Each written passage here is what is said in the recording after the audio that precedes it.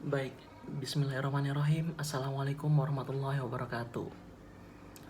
Perkenalkan, nama saya Sihonatua Andika Revo Madangsai dengan NIM 33321600092. Saya berasal dari jurusan Teknik Elektro 2016 Universitas Sultan Ageng Tirtayasa.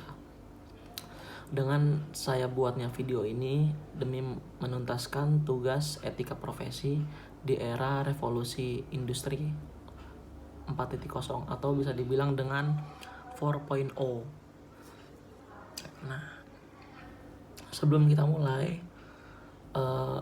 mungkin saya kasih tahu dulu revolusi industri 4.0 itu adalah merupakan istilah yang sudah tidak asing lagi bagi masyarakat. Di Indonesia sendiri, perkembangan teknologi dan informasi terjadi begitu cepat. Di era revolusi industri 4.0 ini tentu sangat besar bagi dunia industri juga perilaku di masyarakat. Contohnya dalam bidang industri yang sebelumnya masih mengandalkan tenaga manusia dalam proses produksi barang, namun saat ini barang dibuat secara massal menggunakan mesin. Ya ibaratnya kayak dibuatnya sama robot atau mesin-mesin yang udah canggih lainnya. Jadi orang-orang udah mulai kehilangan lapangan pekerjaan dari situ tuh. Namun saat ini barang dibuat secara massal dengan menggunakan mesin dan berteknologi canggih sekarang boy. Keadaan seperti ini dikenal sebagai revolusi industri 4.0 atau bisa dibilang dengan 4.0. Nah, tidak dipungkiri lagi nih, perlahan semua sudah beralih ke arah digital. Sehingga interaksi antara manusia dan teknologi sudah tidak terelakkan lagi. Semua pemenuhan kebutuhan kini sudah secara digital. Mulai dari jual beli, jasa, hingga transaksi pembayaran. Revolusi industri 4.0 merupakan perubahan di mana memproduksi suatu barang memanfaatkan mesin sebagai tenaga penggerak dan pemproses. Revolusi industri ini hadir untuk menjawab permasalahan efektivitas dan efisiensi dalam memproduksi suatu barang. Revolusi industri 4.0 ini mengintegritas antara teknologi cyber dan teknologi otomatisasi. Nah, dari sini juga ada dampaknya nih boy, ada dampaknya. Dampak era revolusi industri 4.0 adalah penerapannya tidak lagi memperdayakan tenaga kerja manusia. Nah, bener gua nih. Jadi di era revolusi industri 4.0 ini mulai orang-orang kehilangan lapangan pekerjaan. Makin banyak nih pengangguran di Indonesia. Waduh, gua lulus juga jadi apa ini kalau udah pakai mesin semua. Nah, oke, kita lanjut. Dengan demikian, tingkat efektivitas dan efisiensi waktu bisa meningkat, di mana waktu merupakan hal vital bagi dunia industri. Benar sih emang.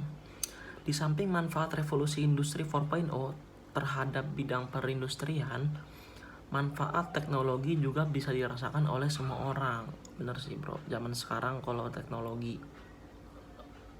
masih kurang, aduh, gabut. Nah, lanjut lagi nih. Saat ini akses informasi sangat mudah dan bisa dilakukan kapan dan dimanapun saja dengan adanya internet. Nah, nanti dijelasin nih, ada nih yang warnet nih udah gak zaman nih sekarang warnet. Waduh. Dengan adanya jaringan internet, banyak oknum-oknum terselubung yang menggunakan pelanggaran etika dengan menyalahgunakan jaringan internet. Contohnya pelanggaran etika dalam penggunaan sosial media. Bener parah itu sih. Nah, di sini bakal saya sebutin pelanggaran etika dalam menggunakan sosial media nih ya. Yang pertama ada privacy violation atau lebih dikenal dengan menyebarkan privasi orang lain kepada publik tanpa diketahui oleh pemiliknya. Nah, ini nih yang udah biasa nih. Biasa banget orang nih, ibarat kata nih bahasanya biasanya julid. terus gibah tuh dan yang gosip-gosip lainnya lah gitu tuh. Misalnya penyebaran foto-foto pribadi, video pribadi, merekam kehidupan seseorang tanpa izin yang bersangkutan, wah paparazi dong. Dan hal-hal privasi lainnya. Itu yang kedua. Yang kedua yaitu ada pembajakan. Nah, di sini pembajakan merupakan kegiatan merebut atau merampas suatu barang yang bukan haknya. Nah, lo biarin dah. Pembajakan dalam dunia maya seperti pembajakan hak cipta pada film atau lagu, copyright, pembajakan kata-kata, pembajakan akun sosial media. Nah, pembajakan kata-kata ini yang biasa dipakai sama orang-orang buat yang lagi galau, yang lagi pokoknya yang buat meluapkan rasa yang ada di dalamnya lah. Kayak dapat kata-kata dari Twitter, di screenshot, di upload di Instagram. Dapat kata-kata dari orang-orang, tiba-tiba di upload, bilangnya kata-kata dia bikin sendiri. Aduh, makin banyak boy, pusing pokoknya. Lanjutnya nih, yang ketiga, mengunggah foto-foto yang tidak pantas ke media sosial dengan tujuan untuk dikonsumsi oleh publik. Foto-foto yang tidak pantas berupa foto yang berhubungan dengan pornografi. Foto yang tidak manusiawi seperti menggunakan foto korban kecelakaan bom, kecelakaan kendaraan, korban perang, dan lain sebagainya. Itu berarti kalau nyebarin video atau foto tentang seperti yang saya jelaskan tadi, ya kalau bisa dikurang-kurangin lah. Apalagi itu beritanya kalau hoax, parah sih kalau udah hoax itu. Ada pasalnya bos sekarang. Nah, yang keempat, menyebarkan berita kebencian nih yang sengit-sengit sama orang nih, lu yang kesel-kesel sama orang nih, bahaya. Yang keempat itu menyebarkan berita kebencian. Kasus yang akhir-akhir ini sering ditemui adalah berita yang mengandung unsur-unsur kebencian, terutama bagi kehidupan beragama di media sosial. Emang sih kalau sekarang tuh banyak yang ngeluarin unsur-unsur sara, terus penistaan agama atau penistaan yang lainnya. Udah mulai banyak itu boy. Nah, ini sebenarnya menyebarkan berita kebencian ini berkaitan dengan pemberitaan hoax yang sebenarnya hanya sebagai opini si penulis berita saja dan berisi pesan provokasi. Menyebarkan informasi yang mengandung kebencian ini merupakan pelanggaran etika. Nih, parah nih, udah mulai nih. Merupakan pelanggaran etika dalam media sosial yang tertuai pada Undang-Undang ITE nomor 11 tahun 2008. Tentang apa coba? Oh, pada nggak tahu sih pasti. Iya, nggak apa-apa ya kalau nggak tahu juga. Saya juga baru tahu sekarang kok. Nah, itu ada pasalnya tentang informasi dan transaksi elektronik. Pasal 28 ayat 2 yang bunyinya kayak gini nih. Setiap orang dengan sengaja dan tanpa hak menyebarkan informasi yang ditujukan untuk menimbulkan rasa kebencian atau permusuhan individu atau kelompok masyarakat tertentu berdasarkan atas suku, agama, ras, dan antar golongan. Yang bisa dibilang ya unsur-unsur sara lah, begitu. Nah, yang kelima nih ya, yang kelima itu adalah penipuan online. Nah, itu juga kalau dari saya pribadi udah sering banget ketipu. Aduh, belanja-belanja online nih bahaya.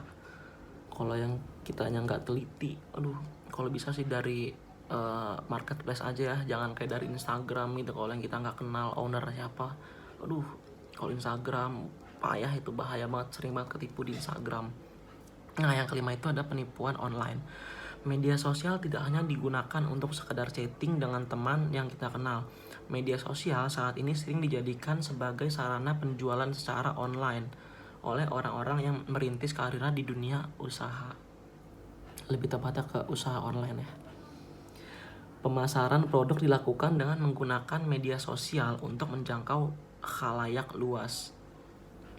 Media sosial dianggap dapat membuka peluang besar dalam tingkat penjualan produk. Namun ada pula penjual yang melanggar aturan baik dari segi penjualan maupun pelanggaran etika dalam media sosial, seperti menipu konsumen dengan iming-iming produk yang berkualitas tetapi tidak sesuai dengan realitas. Itu yang saya rasakan, sakit. Dan yang terakhir nih, ada yang terakhir, yang keenam, yaitu adalah pencemaran nama baik. Ayo loh, ada masalah nih, penjara nih. Yang keenam itu ada pencemaran nama baik, pelanggaran etika. Pencemaran nama baik ini contohnya nih ya, pelanggaran ini sering dijumpai dalam media sosial karena banyak pengguna media sosial yang tidak dapat mengontrol emosinya. Biasa ya, oleh yang baper-baperan gitu tuh, yang baperan itu tuh pasti langsung gitulah, nggak bisa ngontrol emosinya boy. Orang yang tidak dapat mengontrol emosi biasanya akan meluapkannya dalam tulisan-tulisan yang terkadang menulis nama orang tidak disukai tersebut di status media sosial yang kemudian diunggah dan dikonsumsi oleh publik. Tuh, biasa nih kalau orang lagi purik nih, lagi baper nih, dia marah-marah, akhirnya tiba-tiba dia nggak nongol lagi di grup atau di sosial medianya, tiba-tiba dia update story, bikin biasanya layarnya hitam gelap, tiba-tiba ada kata-katanya, biasanya kata-katanya disamar-samarin juga, misalnya backgroundnya hitam, kata-katanya abu-abu, kata-katanya lebih panjang, nyindir, sampai banyak yang ngechat, siapa tuh, kenapa tuh, begitulah pokoknya. Biasa itu karena ya pengalaman pribadi di circle kita lah, banyak pasti yang begitu. Nah teman-teman, itu semua yang saya barusan jelaskan tadi itu adalah contoh-contoh pelanggaran etika dalam penggunaan sosial media di era yang mulai digital nih, era revolusi industri 4.0.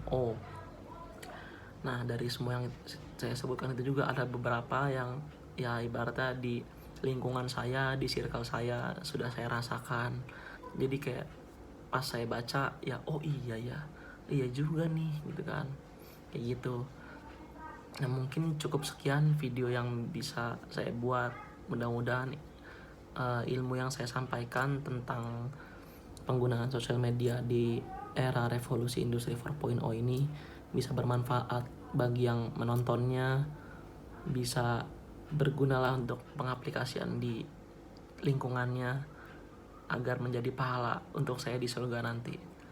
Terima kasih. Wassalamualaikum warahmatullahi wabarakatuh.